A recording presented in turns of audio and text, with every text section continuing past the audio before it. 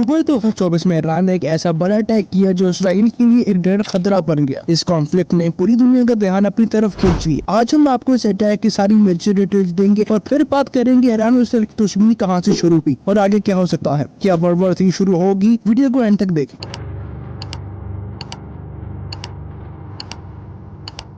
अक्टूबर 1, 2024 को ईरान ने इसराइल के ऊपर 180 से ज्यादा बैलिस्टिक मिसाइल्स लॉन्च की। ये मिसाइल इसराइल की अलग अलग सिटीज और मिलिट्री बेस को टारगेट कर रहे थे, जिसमें जेरूसलम और तेल अवीव के आसपास के एरियाज सबसे ज्यादा इफेक्टिव रहे। ईरान का ये अटैक इतना अचानक था कि इसराइली आयरन डोम डिफेंस सिस्टम को फुल कैपेसिटी पर काम करना पड़ा। कई मिसाइल्स को इंटरसेप्ट किया गया, लेकिन कुछ मिसाइल्स इसराइल की जमीन तक पहुंच गए। जेरूसलम के आसपास कुछ सिविलियन एरियाज को भी हिट किए गए और तेल अवीव में कई इंडस्ट्री साइट्स और मिलिट्री बेस को नुकसान पहुंचाया। इस स्ट्राइक के बाद इसराइल ने इमरजेंसी डिक्लेयर कर दी और लोग अंडरग्राउंड बंकर्स में चले गए। ईरान के बड़ी मिसाइल अटैक के बाद इसराइल ने तुरंत जवाब दिया। इसराइली डिफेंस फोर्स IDF ने हिजबुल्लाह के लेबनान और सीरिया में पोजीशन पर जवाब में कई हमले किए। इसराइली फाइटर जेट्स ने हिजबुल्लाह के कमांड सेंटर्स और वेपन डिपोट्स को निशाना बनाया। इन हमलों में हिजबुल्लाह के कई टॉप कमांडोज को मार गिराया गया, जो ईरान और हिजबुल्लाह के लिए बड़ी उम्मीद थी। इसराइली प्राइम मिनिस्टर ने एक जबरदस्त पब्लिक एड्रेस में कहा, जो भी इसराइल के ऊपर हमला करेगा उसका जवाब उससे कहीं ज्यादा ताकत से दिया जाएगा। इसराइल ने अपनी मिलिट्री स्ट्रेटजी को और भी ज्यादा अग्रेसिव बनाने का फैसला किया है, जिसमें सिर्फ डिफेंसिव अप्रोच नहीं बल्कि पहले से ही हमले करने का प्लान भी शामिल है, ताकि फ्यूचर में खतरे को पहले से ही खत्म किया जा सके। ये जवाब इसराइल की नई सोच को दिखाता है और अब इसराइल अपनी डिफेंस सिस्टम को और भी ज्यादा मजबूत बनाने के लिए किसी भी हद तक जाने को तैयार है। इसराइल ने अपनी मेजर सिटीज में हाई अलर्ट डिक्लेयर कर दिया है और फौज की ड्यूटीज को मोबिलाइज कर दिया है। कोस्टल एरियाज में नेवी ने पेट्रोलिंग बढ़ा दी है और इसराइल ने अपनी रीजनल अलायंस से सपोर्ट मांगना शुरू कर दी है।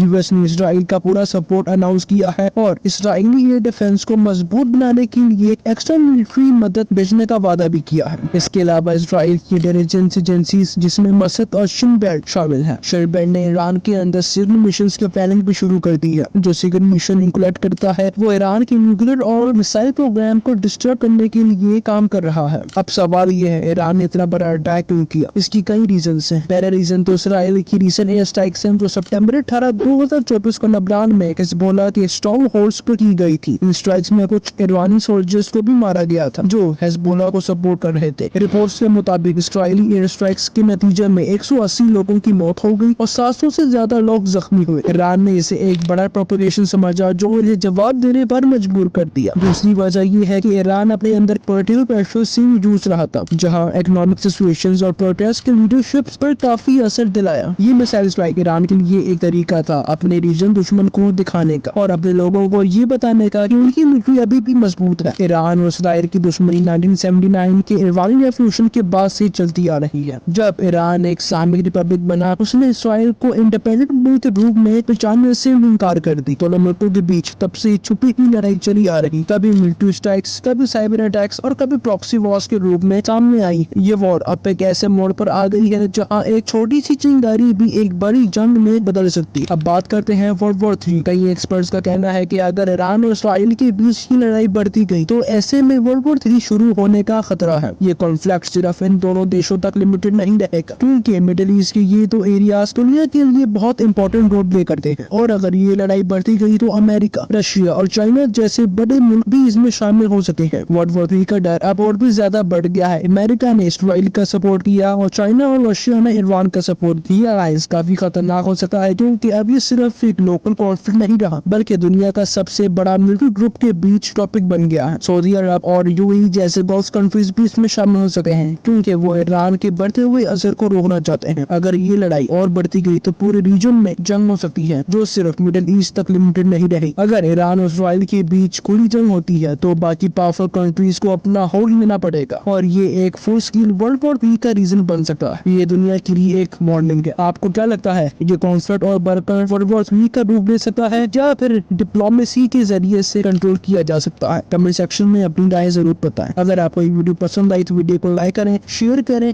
और हमारे चैनल को सब्सक्राइब करना ना भूलें। मुलाकात होती है किसी अगली वीडियो में, तब तक के लिए कीप स्माइलिंग और अल्लाह हाफिज।